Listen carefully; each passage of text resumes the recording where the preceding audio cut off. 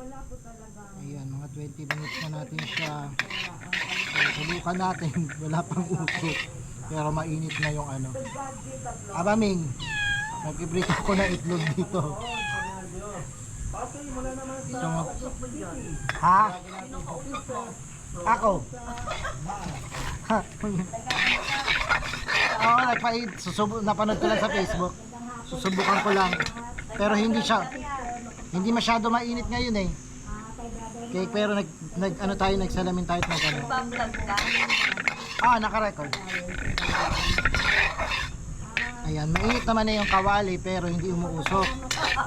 So, tingnan natin kung maluluto yung itlog.